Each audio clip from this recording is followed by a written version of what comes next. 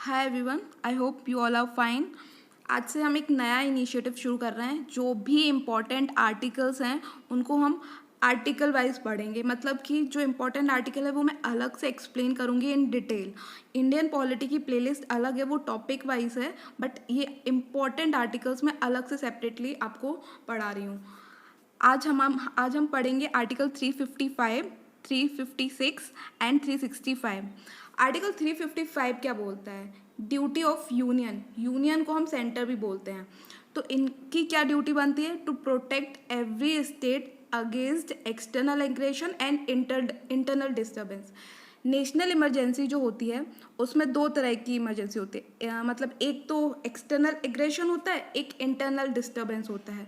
तो जब भी इंडिया में इंटरनल डिस्टर्बेंस और या एक्सटर्नल एग्रेशन बाहर से कोई कुछ होता है तो स्टेट को, राज्यों को कौन प्रोटेक्ट करेगा? ये ड्यूटी है यूनियन की, कि यूनियन गवर्नमेंट सेंट्रल लेवल पे उनको प्रोटेक्ट करेगी। To ensure that government of every state is carried on in accordance with the provision of this constitution। और ये इंश्योर करेगी कि जितने भी राज्य हैं, जितने भी स्टेट हैं, वो सब किसके अकॉर्डिंग काम करें? जो हमारे संविधान में लिखा हुआ है, इन accordance with the provision of the constitution. ये देखो, आर्टिकल 355 का पर्पस क्या है? जो कॉन्स्टिट्यूशनल मशीनरी है उसको प्रोटेक्ट करके रखना, मतलब जो कॉन्स्टिट्यूशन में दिया है उसको प्रोटेक्ट करके रखना। It is the duty of the union to protect the state from external aggression and internal disturbance. अब हम पढ़ेंगे आर्टिकल 356 क्या बोलता है। ये प्रेसिडेंट रूल की बात करता है। प्रेसिडेंट रूल क्या है? इसको कभी कभी हम स्टेट इमरजेंसी के भी नाम से जानते हैं। Who can impose it? लगाता कौन है? प्रेसिडेंट रूल लगाता कौन है? प्रेसिडेंट लगाते हैं। अपनी मर्जी से भी लगा सकते हैं, ये उनकी डिस्क्रिशनरी पावर नहीं है। प्रेसिडेंट की ये डिस्क्रिशनरी पावर नहीं है। वो किसकी मर्जी होती है? वो union council of minister. President किसकी एडवाइस पे काम करते हैं? On the aid and advice of union council of minister. तो यहाँ पे जो लिखा है ना, ऑन इज ओन, ये प्रेसिडेंट की जो डिस्क्रिशनरी पावर है वो मैं आपको प्रेसिडेंट वाली जो मैंने टॉपिक वाइज पढ़ाया था ना, उसमें मैं पढ़ा चुकी हूँ। आप वो वाला लेक्चर देखिए। जितनी भी प्रेसिडेंट की डिस्क्रिशनरी पावर है वो एक अलग से स्लाइड में मैंने बताया। उसके अलावा और कोई भी डिस्क्रिशनरी पावर नहीं है प्रेसिडेंट की। आपको मैं लिंक प्रोवाइड कर दूंगी डिस्क्रिप्शन में, आप वो देख लेना क्या है। अभी क्या है, ये जो ऑन इट्स ओन क्या है, ये यूनियन काउंसिल ऑफ मिनिस्टर बोलेंगे कि यहाँ इस राज्य में आप प्रेसिडेंट रूल लगा दो, ठीक है। और एक कौन की गवर्नर जो है, when he receive a report from the governor, governor report देंगे प्रेसिडेंट को कि आप यहाँ पे लगा दो। ये सब ये बाइंडिंग नहीं है कि अगर गवर्नर ने बोला कि लगा दो तो प्रेसिडेंट की मर्जी है लगाना चाहते हैं नहीं। याद रखना, प्रेसिडेंट रूल डिस्क्रिशनरी पावर नहीं है प्रेसिडेंट की, ये यूनियन काउंसिल ऑफ मिनिस्टर की एडवाइस पे लगाते हैं। When can it be imposed? अभी लग कब सकते हैं? When a situation has arisen in which the government of the state cannot be carried on in accordance with the provision of the constitution। ये लगती कब है? जैसे कि सेंटर ने उनको डायरेक्शन दी स्टेट्स को और स्टेट फेल हो गए, स्टेट नहीं मान रहा है कि क्या, मतलब स्टेट ने सेंट्रल गवर्नमेंट की बात नहीं मानी। अभी राज्यों को तो अगर कोई सेंट्रल लेवल अगर कोई डायरेक्शन देते तो उनको फॉलो करना चाहिए, but if they are not following it then president rule लग जाएगा अंडर आर्टिकल 356। क्यों? क्योंकि यहाँ पे फेलियर ऑफ कॉन्स्टिट्यूशनल मशीनरी, मतलब कॉन्स्टिट्यूशन में लिखा हुआ है कि राज्य, अगर सेंटर ने डायरेक्शन दिया तो राज्यों को बात माननी पड़ेगी। अगर वो नहीं मान रही है तो वहाँ पे लगा सकते हैं। बट ये अब ऐसा नहीं है कि लग गया तो फिर लग गया, उनको 2 महीने के अंदर पार्लियामेंट से अप्रूवल, क्योंकि ये तो एग्जीक्यूटिव का ऑर्डर। प्रेसिडेंट रूल कौन लगा रहा है? प्रेसिडेंट कौन है? एग्जीक्यूटिव है। यूनियन काउंसिल ऑफ मिनिस्टर कौन है? एग्जीक्यूटिव है। तो अगर प्रेसिडेंट रूल अब तक लग रहा है तो वो क्या है? एग्जीक्यूटिव ऑर्डर से लगा है। लेकिन कानून बनाने का हक किसे है? पार्लियामेंट को है। तो जब इसके बाद देखो, प्रेसिडेंट रूल लग गया, ये प्रेसिडेंट सेटिस्फाई हो गए on the aid and advice of union council of minister. या तो रिपोर्ट गवर्नर ने दी या उनको यूनियन काउंसिल ऑफ मिनिस्टर ने एडवाइस दिया दैट, और वो सेटिस्फाई हो गए that the government of the state can not be carried out in accordance with the constitution. तो इसका तो मिसयूज भी हो सकता है ना, ये तो आर्बिट्रेरी भी हो सकता है कि नहीं मानी, ये तो आप कुछ भी बोल सकते हैं कि, और अगर कोई बात गलत भी है और अगर राज्यों ने नहीं मानी तो फिर ये तो आर्बिट्रेरी हो गई ना, मन मर्जी हो गई। इसीलिए आर्टिकल 356 यहाँ पे क्या है कि फिर 2 महीने के अंदर इनको पार्लियामेंट से परमिशन लेनी होगी। कौन सी मेजोरिटी से? सिंपल मेजोरिटी से। सिंपल मेजोरिटी क्या है? More than 50% of the member present and voting. Types of majority वाले चैप्टर में टॉपिक वाइज देखिए इंडियन पॉलिटी में पूरी टाइप्स कितनी टाइप की मेजोरिटी होती है और कौन सी मेजोरिटी किस कहाँ कहाँ पे अप्लाई होती है वो मैंने पढ़ाया हुआ है टॉपिक वाइज। तो before the expiry of 2 months you must get legislative approval. State का अप्रूवल नहीं चाहिए, किसका अप्रूवल चाहिए? पार्लियामेंट का अप्रूवल चाहिए। इसके बाद जो मोशन है, और अब ये प्रोसेस होती कैसे? मोशन आएगा कि approval of proclamation of article 356, मतलब कि प्रेसिडेंट रूल का जो लगा हुआ है इसका मोशन पार्लियामेंट में आया, लोकसभा में भी जाएगा और राज्यसभा में भी जाएगा सेपरेटली। फिर उस पर डिबेट होगी, डिस्कशन होगी, वोटिंग होगी। जब भी कोई मोशन आता है तो क्या होता है? उस पर डिबेट होती है, डिस्कशन होता है, फिर वोटिंग होती है। और कौन सी वोटिंग चाहिए हमें? सिंपल मेजॉरिटी चाहिए। As soon as you get this approval, हमें ये 2 महीने के अंदर करवाना है। क्या लिखा है पे? Before the expiry of 2 months you must get legislative approval, कि आपको प्रेसिडेंट रूल लगा है और 2 महीने के अंदर आपको पार्लियामेंट का अप्रूवल चाहिए। अब जैसे ही ये राज्यसभा ने और लोकसभा ने दोनों ने पास कर दिया सिंपल मेजॉरिटी से, फिर क्या लग जाएगी? इमरजेंसी लग जाएगी। कौन सी? प्रेसिडेंट रूल हमारे देश में मतलब उस स्टेट में, उस राज्य में प्रेसिडेंट रूल लग गया। कब तक के लिए लग गया? गेट एक्सटेंडेड फॉर 6 months, 6 महीने के लिए फिर वो लगा रहेगा। अभी 2 महीने से एग्जीक्यूटिव के लिए चल रहा था और 2 महीने के अंदर हमें पार्लियामेंट से अप्रूवल लेना, फिर वो 6 महीने के लिए फर्दर एक्सटेंड हो गई। और अगर आप चाहते कि उसमें और मतलब हमें इमरजेंसी लगानी है, प्रेसिडेंट रूल और उस स्टेट में लगाना है, तो उसको आपको फिर से एक मोशन लाना पड़ेगा। इस बार कौन सा लाएंगे? Motion for extension of emergency proclamation of article 356। कब लाना पड़ेगा? Before the expiry of that 6 month। उस 6 month के ख़त्म होने से पहले आपको एक्सटेंशन वाला मोशन फिर से लाना पड़ेगा। ये चीज़ आप कब तक कर सकते? हर एट अ टाइम आप 6 महीने तक प्रेसिडेंट रूल लगा सकते हैं एट अ टाइम, और हर 6 महीने आपको पार्लियामेंट से अप्रूवल लेना पड़ेगा अगर आपको उसको बढ़ाना है। ये मैक्सिमम कब तक कर सकते हैं? जैसे नेशनल इमरजेंसी तो आप हर बार आप उसको मोशन लाइए, एक्सटेंड करिए 6 महीने से, बट वो इनफाइनाइट टाइम है। यहाँ पे क्या है कि मैक्सिमम 3 years, मैक्सिमम 3 years तक कर सकते हैं। लेकिन ये तो फिर मिसयूज भी हो सकता है। 3 साल तक किसी राज्य में प्रेसिडेंट रूल लगा हुआ है, इसीलिए कहा गया है जब 44th कॉन्स्टिट्यूशन आर्टिकल 356 का सबसे ज़्यादा मिसयूज हुआ है। सबसे ज़्यादा मिसयूज किसने किया है? इंदिरा गांधी जी ने किया। तो जब इंदिरा गांधी की सरकार हटी तो आर्टिकल 1978 में जब मोरारजी देसाई की जब गवर्नमेंट आई 1978 में, तो फिर क्या हुआ था? उन्होंने 44th कॉन्स्टिट्यूशनल अमेंडमेंट एक्ट किया था आर्टिकल 356 में, कि मतलब जीरो से मतलब ये 3 साल का पीरियड है कि 3 साल तक आप प्रेसिडेंट रूल लगा सकते हो। तो 1 साल तक के बीच का तो ये ऑर्डिनरी पीरियड है कि मतलब पार्लियामेंट से क्या चाहिए? सिर्फ आपको अप्रूवल चाहिए बाय सिंपल मेजॉरिटी, अप्रूवल चाहिए, ये 1 साल तक है।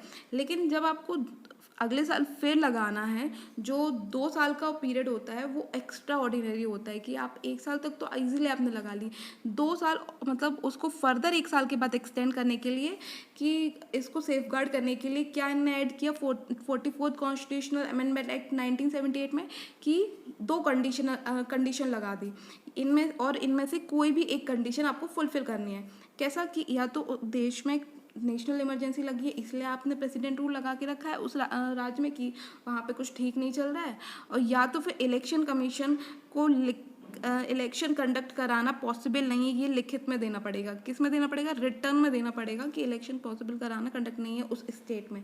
तो एक इस कंडीशन में भी आप प्रेसिडेंट रूल लगा सकते हैं। आफ्टर 1 year मतलब 1 साल तक तो प्रेसिडेंट ये कंडीशन 1 साल के पहले कंडीशन फुलफिल नहीं करनी थी, लेकिन 3 साल तक कर सकते हैं आप प्रेसिडेंट रूल लगा सकते हैं। लेकिन 1 साल क्या है? ऑर्डिनरी पीरियड है। 2 से 3 बाकी के 2 साल क्या है? एक्स्ट्रा ऑर्डिनरी पीरियड है कि आपको ये 2 कंडीशन फुलफिल करनी पड़ेंगी। You have to fulfil any 1 condition. इनमें से 2 में से कोई भी एक कंडीशन हो गई तो आप उस स्टेट में प्रेसिडेंट रूल लगा सकते हैं। Then you can extend 1 year से के बाद, मतलब 0 से 1, 2 से ऐसे एक्सटेंड कर सकते हैं। तो अब तक हमने क्या पढ़ा है? कंक्लूजन क्या निकलता है? पार्लियामेंट्री अप्रूवल के लिए हमें हमें पार्लियामेंट का अप्रूवल कब कब चाहिए, जब जैसे कि प्रेसिडेंट रूल लगाया एग्जीक्यूटिव ने, तो लगाते हुए हमें पार्लियामेंट का अप्रूवल चाहिए विद इन 2 मंथ्स, ठीक है। रिमूवल के लिए नहीं चाहिए।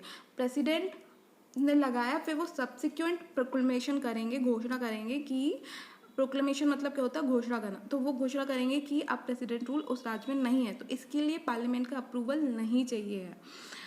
नेशनल इमरजेंसी में हमने एक पढ़ा था कि 1/10 मेंबर लोकसभा के नोटिस देंगे प्रेसिडेंट को, फिर अगर हाउस सेशन में होगा तो स्पीकर को दे देंगे प्रेसिडेंट नोटिस कि, और अगर हाउस सेशन में नहीं होगा तो एक स्पेशल सेशन कराया जाएगा विद इन द 14 डेज, और फिर उसको सिंपल मेजॉरिटी से हम नेशनल इमरजेंसी हटा देते, तो वहाँ पे पार्लियामेंट्री अप्रूवल चाहिए था। इमरजेंसी वाला टॉपिक मैंने इन डिटेल पढ़ा है कि कितने टाइप की इमरजेंसी होती है, नेशनल इमरजेंसी, प्रेसिडेंट रूल और फाइनेंशियल इमरजेंसी, तो ये आप वो टॉपिक देख लेना, मैं आपको डिस्क्रिप्शन में लिंक दे दूँगी। तो article power of the legislature of that state shall be exercisable by or under the authority of the Parliament. जब भी किसी राज्य में प्रेसिडेंट रूल लगा रहता है तो जो उस स्टेट की पावर है लेजिस्लेटिव कानून बनाने की, वो किसके हाथ में आ जाती है, पार्लियामेंट के हाथ में आ जाती है। पार्लियामेंट क्या कर सकता है, उस स्टेट में कानून बना सकता है, और जब प्रेसिडेंट रूल लग गया तो फिर उनकी वो चॉइस होती है कि वो उस कानून को बनाए रखना चाहते हैं, या उसमें कुछ सुधार करना चाहते हैं, अमन करना चाहते हैं, या उसको हटा देना चाहते हैं। उसके बाद जब प्रेसिडेंट रूल हट जाता है तब वो स्टेट के पास वो पावर आ जाती है, फिर वो उन पर डिपेंड करता है। वरना जब प्रेसिडेंट रूल लगा है तो ये किसके अंडर में आ गया, लेजिस्लेटिव पावर किसके पास आ गई, पार्लियामेंट के पास आ गई।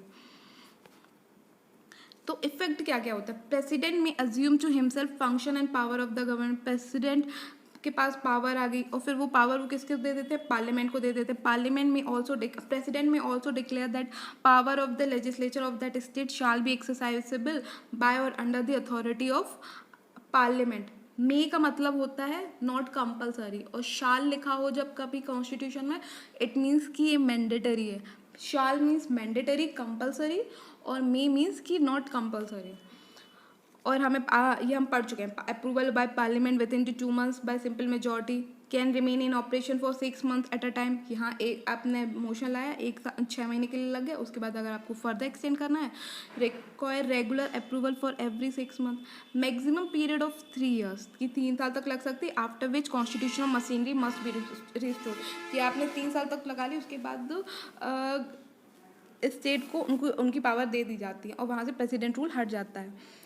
क्या प्रेसिडेंट रूल जुडिशियल रिव्यू के अंदर है, हाँ बिल्कुल है, जुडिशियल रिव्यू के अंदर। If state government work against secularism president rule can be impose, yes. अगर इंडिया क्या है, इंडिया का क्या है, सेकुलर नेचर है। सेकुलर मतलब कि हम किसी एक धर्म को प्रमोट नहीं करते हैं, देश के लिए, एक राज्य के लिए सारे धर्म बराबर है। अगर वो किसी एक धर्म को ज़्यादा प्रमोट कर रहे हैं, कुछ कर रहे हैं, तो ये तो वहाँ पे प्रेसिडेंट रूल लगा सकते हैं, क्योंकि ये कॉन्स्टिट्यूशन का उल्लंघन हो रहा है। If president rule is impose on political consideration the court can restore assembly. अगर वो पॉलिटिकल अगर कोई पॉलिटिक्स के चलते उन्होंने प्रेसिडेंट रूल लगाया है तो जुडिशरी उसको खारिज कर सकती है और उसको हटा सकते हैं प्रेसिडेंट रूल को। State assembly can be dissolve only after parliament approve centre rule. देखो, जब भी प्रेसिडेंट रूल लगता है तो विधानसभा जो होती है और विधान परिषद, अगर विधान परिषद किसी स्टेट में, वैसे तो 6 राज्यों में सिर्फ विधान परिषद है, और अगर है तो वो भी सस्पेंड हो जाएगी। तो स्टेट असेंबली जो है वो सिर्फ सस्पेंड होती है, लेकिन वो डिसॉल्व हो सकती है, हाँ हो सकते हैं, लेकिन इंस्टेंट डिसॉल्व नहीं होती। कब डिसॉल्व होगी, स्टेट असेंबली मतलब विधानसभा को हम हिंदी में क्या बोलते हैं, स्टेट असेंबली को हम हिंदी में क्या बोलते हैं, विधानसभा। तो ये डिसॉल्व कब होगी, only after parliament approve central rule, मतलब 2 महीने के अंदर पार्लियामेंट का अप्रूवल चाहिए हमें सिंपल मेजॉरिटी से, more than 50% of the member present and voting. तो इसके बाद आप जब वो पार्लियामेंट अगर बोल देगी तो डिसॉल्व हो जाएगी। प्रेसिडेंट एग्जीक्यूटिव ऑर्डर से डिसॉल्व नहीं होती है। State assembly can be dissolve only after parliament approve central rule. जब पार्लियामेंट उस जो सेंट्रल गवर्नमेंट का जो एग्जीक्यूटिव ऑर्डर है उसको जब अप्रूव कर देगी तब विधानसभा डिसॉल्व होगी, वरना सिर्फ क्या होती है, सस्पेंड होती है। डिसॉल्व और सस्पेंड में फ़र्क होता है। सस्पेंड में क्या होता है कि पावर आपकी पार्लियामेंट के पास आ गई लेजिस्लेटिव, और डिसॉल्व में क्या हुआ कि इलेक्शन पूरी की पूरी विधानसभा जितने भी एमएलए थे सब मतलब अब कोई नहीं रहा। अब क्या होगा, इलेक्शन कमीशन फिर से उस स्टेट में क्या कराएगी, इलेक्शन कंडक्ट कराएगी एमएलए के एमएलसी के। Supreme Court and High Court can compel the Union government to disclose material on whose basis and the President rule has been imposed। क्या सुप्रीम कोर्ट और हाई कोर्ट के पास ये power है कि वो यूनियन गवर्नमेंट सेंट्रल गवर्नमेंट को बोल सकते हैं कि किस बेसिस पे आपने प्रेसिडेंट रूल लगाया है? हाँ, तो क्या है, कंपेल कर सकते हैं, मजबूर कर सकते हैं। President Supreme Court and High Court can compel the union government to disclose the material on whose basis the president rule has been impose. Proper condition of imposition of president rule कि inability of any government to form, कि मतलब किसी कोई भी उस state में कोई भी पॉलिटिकल पार्टी मेजॉरिटी में नहीं है टू फॉर्म द गवर्नमेंट। कोई सरकार कब बना सकता है, जब उसके पास पे मेजॉरिटी होगी। अगर मेजॉरिटी नहीं है तो वो सरकार नहीं बना पाएंगे, तो इस कंडीशन में भी प्रेसिडेंट रूल लग सकता है। या तो स्टेट गवर्नमेंट कोई कॉन्स्टिट्यूशनल को ब्रीच कर रही हैं अंडर आर्टिकल 365 की, मैंने बताया कि सेंटर ने डायरेक्शन दिया, अगर स्टेट गवर्नमेंट उसको फॉलो नहीं करेंगी तो प्रेसिडेंट रूल लग जाएगा। या state government work against secularism, की मतलब सेकुलर नेचर को फॉलो नहीं कर रहे, जो हमारी कंट्री क्या है, सेकुलर कंट्री है, तो उस इन बेसिस पे प्रेसिडेंट रूल लग सकता है। आर्टिकल 365 में क्या दिया है, where any state has failed to comply with or give effect to any direction given in the exercise of the executive power of the union, की यूनियन ने कोई उनको डायरेक्शन दिया and they are not following it, it shall be lawful for the president to hold that situation as arisen in which the government of the state can not be carried on in accordance with the provision of the constitution which result in imposition of the president rule। कि उन्होंने बात नहीं मानी और उस condition को handle करने के लिए प्रेसिडेंट के पास पावर है।